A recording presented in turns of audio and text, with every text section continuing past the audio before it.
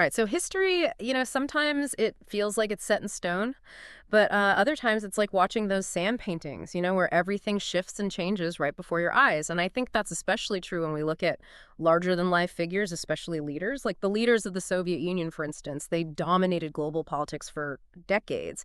But were they heroes who like lifted their people up or something else entirely? It's so wild how those perceptions can change over time, right? Yeah. The source material we've got today, this deep dive into Soviet leadership, it really goes into this whole hero to villain spectrum. Yeah. Some leaders, they burst onto the scene looking all heroic, but then their actions kind of, well, they reveal a darker side as we learn more. It's fascinating. Yeah. So let's start at the beginning. Vladimir Lenin, the OG. He's the one who gets the credit or the blame, depending on who you ask for, creating the Soviet Union in the first place, right? But it wasn't just ideas. He was out there in the thick of it, leading the Russian Revolution, putting those radical ideas into action, like shared land ownership and government control of all the industries. And for a lot of people back then, those ideas were like a beacon of hope. Think about it, a population just wrecked by war and poverty, and suddenly someone's promising peace, land, and bread. Lenin was seen as the guy who was on their side, offering a way out of all that chaos. The text actually says even as recently as 2017, more than half of Russians still had a positive view of Lenin. But then it also mentions the Red Terror, which doesn't exactly sound like peace and bread. That's the thing right there. It's that mix of genuine social change with this really dark undercurrent of violence and silencing anyone who disagreed. To hold on to power and crush any opposition, Lenin's government went on this brutal rampage they called the Red Terror, political rivals. Anyone they suspected of being an enemy, even people they just decided were like class enemies. Yeah. They were all targets, often without even a trial. So even with Lenin, it's not as simple as just good guy, bad guy, which makes me think of Stalin. Now, he's a prime example of someone who went from war hero to, well, let's just say his reputation did a nosedive. It's funny, the source material actually compares Stalin to like a superhero who went rogue, and it kind of makes sense. He was seen as the strong man that the Soviet Union needed to like blast off into the future, especially during World War II. He was one in charge when they beat Nazi Germany, which made his image as a national savior even stronger. Yeah, all that rapid industrialization, the 5-year plans, it all seems so heroic at the time, but then you start digging a little deeper. And the truth was pretty horrific. Yeah. To make all that progress happen so fast, Stalin forced farmers into these collective farms, which basically meant they lost their land and it caused a massive famine. Millions died not from fighting, but from starving. And then there's the Gulag system, these labor camps, where anyone considered an enemy of the state, whether they actually were or not, could be sent. Millions imprisoned terrible conditions, many died from overworked disease, or just straight-up executions. It's chilling to think about. The text even says he changed history books and photos to make himself look better. Talk about controlling the narrative. It shows you just how much power he had, right? He wasn't just in charge of the government. He was controlling the whole story that the Soviet people believed about their own history. And for a while, it worked. He was the perfect leader, the guy who made the Soviet Union strong.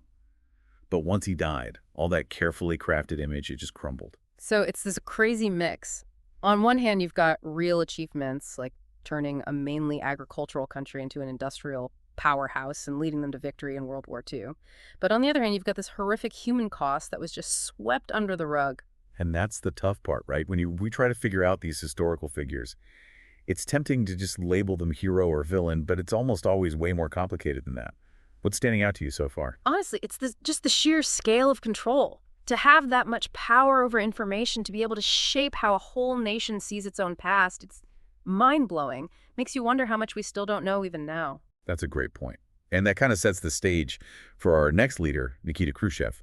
He steps in after Stalin dies and tries to deal with this incredibly tough situation, trying to move the Soviet Union out from under Stalin's shadow. But as we'll see, it was no easy feat. So Stalin's gone, but he's left behind this legacy of control and repression. Right. How do you even start to undo something like that? That must have been the challenge facing Khrushchev. Oh, absolutely. He was walking this really fine line, right? Trying to separate himself from all of Stalin's brutality while also holding on to power in a system that was literally built on that brutality. Yeah. And then in 1956, he gives this speech, the secret speech. It was a total bombshell. He stands up in front of the whole Communist Party leadership and just lays it all out, denouncing Stalin's crimes, the purges, the forced collectivization, the whole cult of personality. I bet that sent shockwaves through the Soviet system, admitting that the all-powerful wizard was actually a fraud. Yeah, exactly. And it opened the door for some cautious reform. Khrushchev started these de-Stalinization policies releasing political prisoners, easing up on censorship, even trying to improve the Soviet Union's image around the world. The text mentions that he also really pushed for progress, especially when it came to the space race. Those were some big wins for the Soviets, weren't they? Huge wins. Yeah. The launch of Sputnik in 1957, the first artificial satellite to orbit Earth, I mean, the West was in shock. Suddenly, it seemed like the Soviets were way ahead in terms of technology. It was a major propaganda coup. Yeah. And then just a few years later, Yuri Gagarin becomes the first human in space. Talk about a national hero. These achievements gave the Soviet people so much pride, and they gave Khrushchev some serious street cred on the world stage. But it wasn't all sunshine and roses, was it? The source material talks about some serious struggles, too, especially when it comes to the economy. Yeah, Khrushchev was trying to reform a system that was fundamentally flawed at its core. His agricultural reforms, for instance, were supposed to boost food production, but they actually ended up making things worse and caused shortages. And his decisions on the international stage, sometimes a little impulsive, like the shoe-banging incident at the UN, made Western leaders super nervous. Oh, yeah, I read about that. It's hard to imagine any world leader doing something like that these days. It really shows you how unpredictable he could be, which played a big part in his downfall. He was kicked out in a coup in 1964, which just goes to show how much power the old guard and the Communist Party still had. So Khrushchev walks this line between reform and control. He does some incredible things, but in the end, he can't completely break free from the system's limits. It's like these leaders are always grappling with that tension. What happened after that? Well, after a short period of collective leadership, Leonid Brezhnev takes over in 1964. And he signals a shift back towards stability, at least at first. He consolidates his power, focuses on projecting strength on the world stage, especially when it comes to the military. The source material calls this era stability and stagnation. What exactly does that mean? Brezhnev brought in this sense of predictability after the ups and downs of Khrushchev. He was all about maintaining order, making sure the Communist Party was in control, and making the Soviet Union look powerful. But that came with a price. The arms race with the West was a massive drain on the Soviet economy, and back home, dissent was completely shut down, which led to this kind of cultural and intellectual stagnation. So things are steady on the surface, but underneath it's a different story. The source also brings up a pretty controversial event, the invasion of Czechoslovakia in 1968. Right, the Prague Spring is this period of liberalization in Czechoslovakia with all these reforms aimed at creating socialism with a human face. But Brezhnev saw it as a direct threat, a challenge to Soviet control over Eastern Europe. So he sent in the tanks. Yep. August 1968.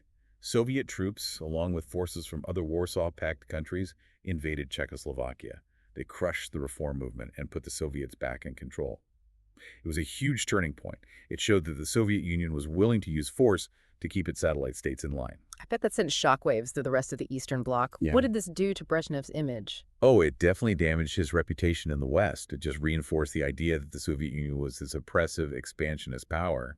But domestically, it was more complicated. A lot of Soviet citizens were caught in the middle between the official propaganda, which spun the invasion as necessary, and the reality of seeing a neighboring country crushed just for wanting more freedom. So Brezhnev's legacy is kind of a mixed bag. He brought stability, but at the cost of stagnation and repression. And this whole Czechoslovakia situation shows just how little the Soviets were willing to tolerate any challenge to their power. Exactly. And it lays the groundwork for a time of growing problems within the Soviet Union and eventually the leadership of Mikhail Gorbachev, the guy who tries to change the whole system from the inside. But that's a story for our next segment. It's wild to see how we've gone from this supercharged revolution to a point where the whole Soviet system is like cracking at the seams. And that brings us to Mikhail Gorbachev, the guy who tried to change the entire game. The source material calls him a true reformer. What set him apart from all those leaders who came before? Gorbachev saw that the Soviet Union was in deep trouble. The economy was going nowhere, the arms race was just not sustainable, and people were getting more and more unhappy.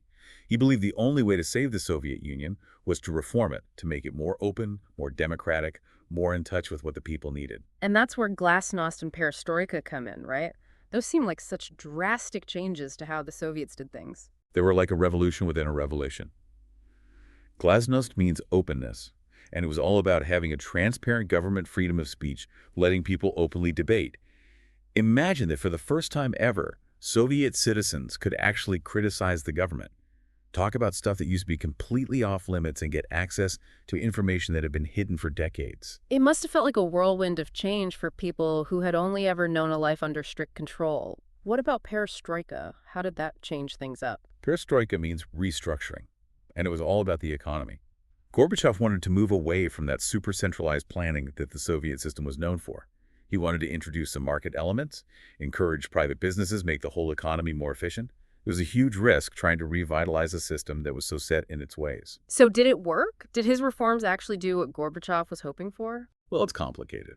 On one hand, Gorbachev's reforms had this massive impact on the world. He worked with President Reagan to end the Cold War, which led to a huge reduction in nuclear weapons. Yeah.